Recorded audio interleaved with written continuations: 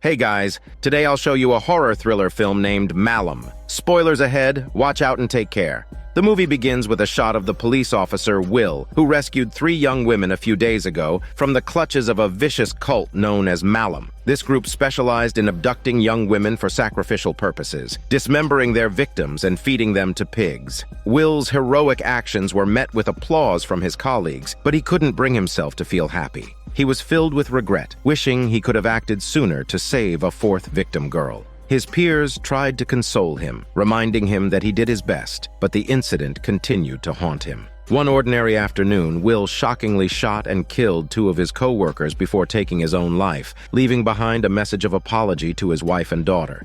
A year went by, and Will's daughter, Jessica, followed in her father's footsteps, becoming a police officer herself. On her first day on the job, Jessica was assigned to a soon-to-be-closed precinct for its last night of operation. Not long after arriving at the old precinct, Jessica overheard an angry man's voice, followed by a police officer who stormed past her, kicking a basketball in frustration. Trying to make conversation, Jessica mentioned that she had seen a chaotic scene with many officers arresting people as she drove in. Someone had even thrown a sheep's head at her car. The officer angrily cursed, explaining that those people were cult members before the 2 completed their shift handover. Jessica had actually volunteered for the night shift, wanting to spend a night in the place her father had worked before his death. She found her father's locker, only to discover it locked. As she tugged on it, she suddenly heard the sound of a bouncing ball in the hallway. Investigating the noise, she found the basketball lying on the floor with no one around. Just as Jessica was about to pick it up, she spotted a figure in the distance. She quickly turned on the light, but the shadowy figure vanished into thin air.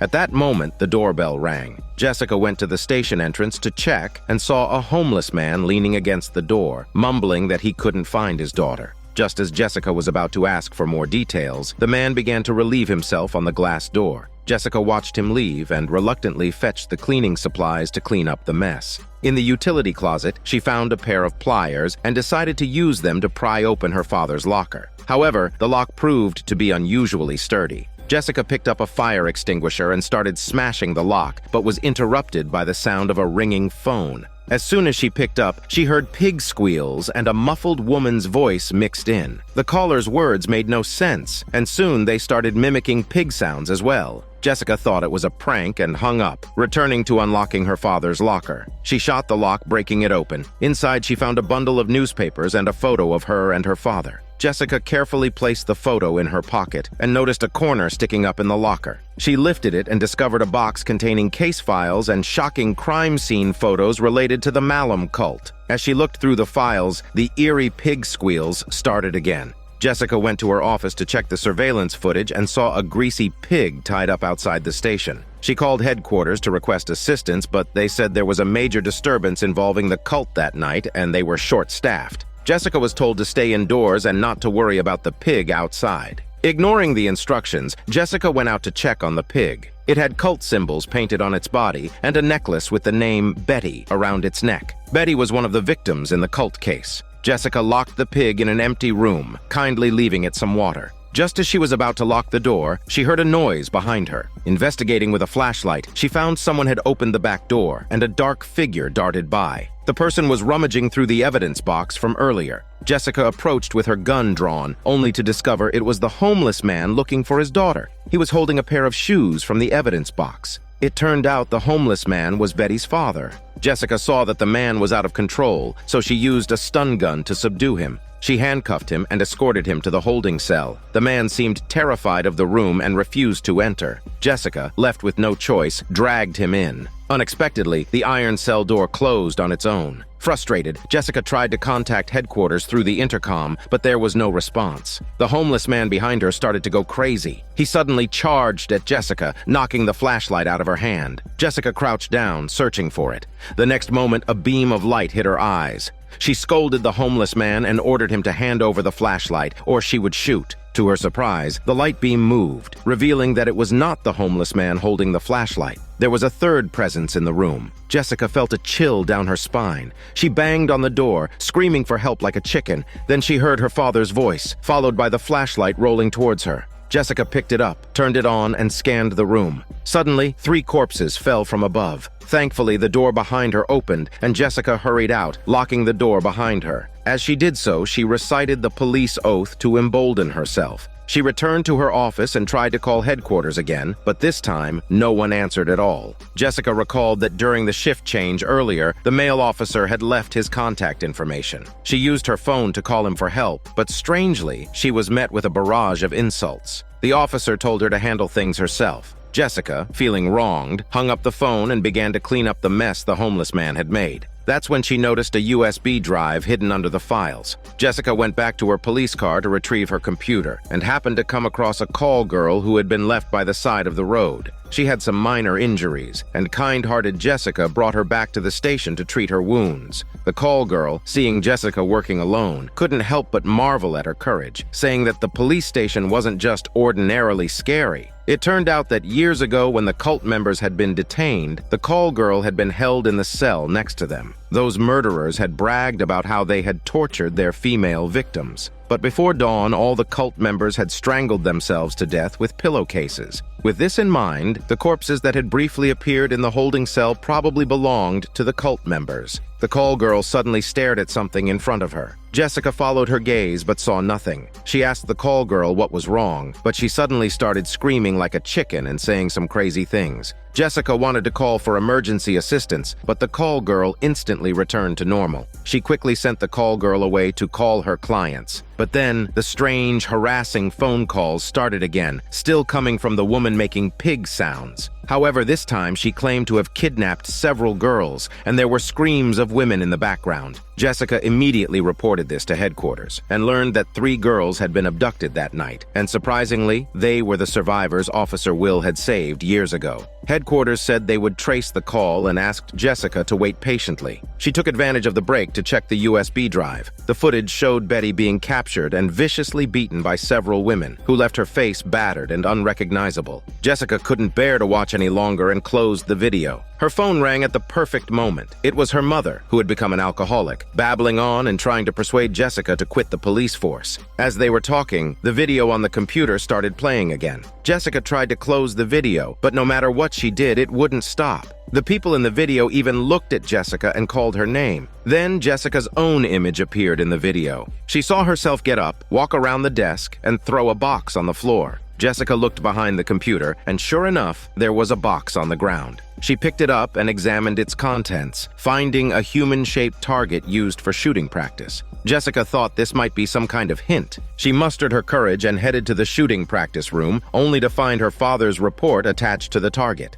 The moving target stand on one side inexplicably started, sending one target after another towards Jessica. One of them even had a bright red MALUM symbol drawn on it. Jessica tore it off, but saw a face covered by a pillowcase beneath it. She screamed and fled the practice room, running all the way to the front door of the police station, only to find it locked. Mysterious ghostly shadows appeared on the glass door. Jessica ran to the back door, but discovered it was also sealed shut. She completely lost her mind and hurried back to her office to call for help from headquarters. They calmed Jessica down and told her to wait for backup. Jessica took out a photo of her father, but instead found some powder on the back, revealing a cult symbol. Suddenly, the police station's broadcast system started playing an eerie woman singing, and the elevator bell rang chaotically along with it. Jessica aimed her gun at the elevator entrance, but was caught off guard when a basketball came flying from behind. The computer on the desk suddenly started playing a video, a recording of Will interrogating John MALUM, the leader of the cult, and even on the brink of death, he remained calm, saying he would return to take revenge on Will's family. He also claimed to have a demon supporting him. In the video, Will suddenly stood up and stared straight ahead. Jessica found it strange and repeatedly reviewed the footage, only to discover a demon lurking outside the interrogation room window. Just as she was focusing intently, someone covered Jessica's head with a plastic bag and pushed her into a room. Jessica found herself unable to move, lying inside a body bag. A medical examiner bustled around her, surrounded by the bodies of cult members, each with a marked pillowcase covering their heads.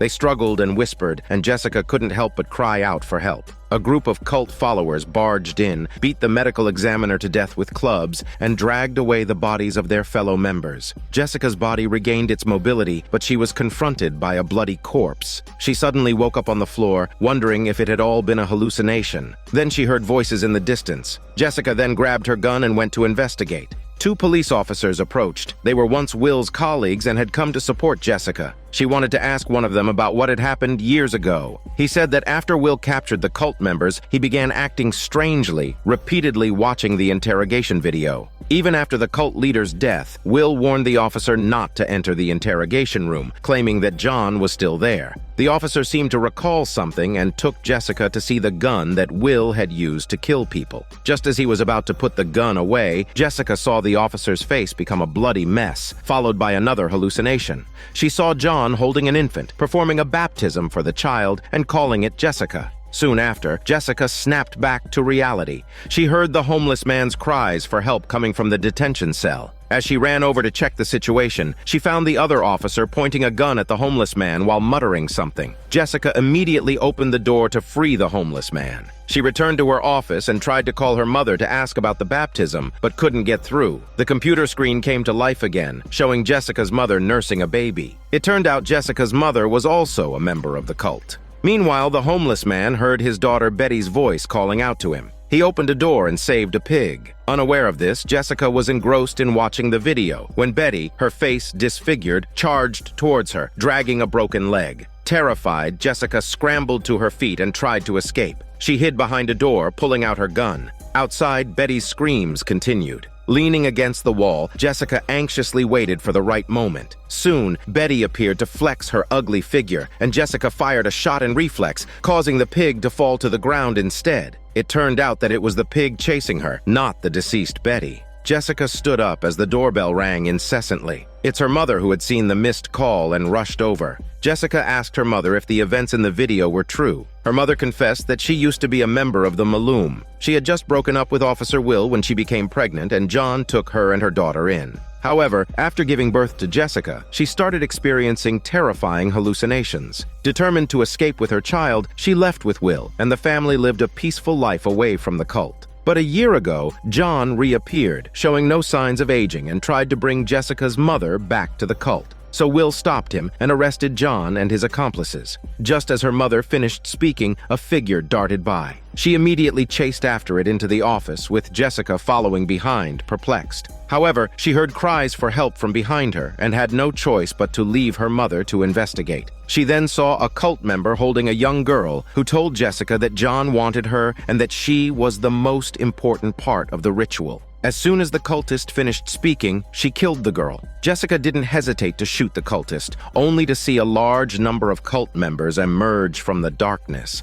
She quickly locked the door and went to look for her mother in the office, but she had disappeared. The phone at the headquarters rang, asking about her mother's situation. Jessica had never mentioned her mother's visit to the headquarters, so she realized that the person on the other end of the phone was not a cop, but the cult leader John MALUM. Jessica cursed and hung up the phone. At that moment, the homeless man approached. His body, gnawed by the pig, was in tatters. He charged at Jessica like a madman, and she had no choice but to shoot him dead, donating him a free home in hell. Then she went out looking for an exit, only to encounter another victim halfway, with two policemen as the culprits. They had already been controlled by John. Before Jessica could react, she heard a young girl's cry for help. She immediately killed the cultist who was hurting the girl, but the girl had already lost too much blood and was dying. Will's voice followed, saying she was unworthy of being a police officer. Jessica knew this was just an illusion created by John. There was an attack outside the door, and she pursued it. Jessica arrived at the detention cell and saw a girl hanging in midair.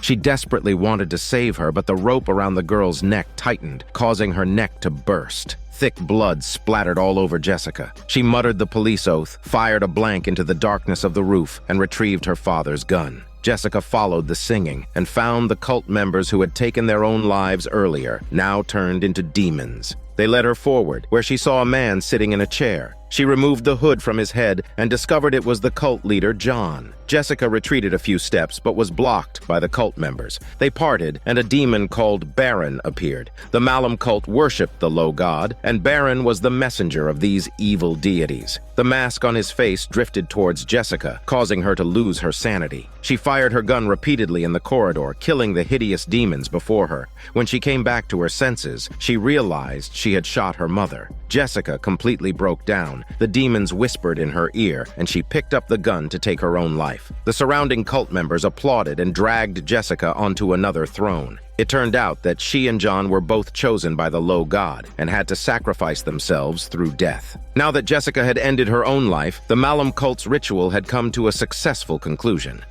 This is Daniel CC Movie Channel. Stay safe and enjoy your day.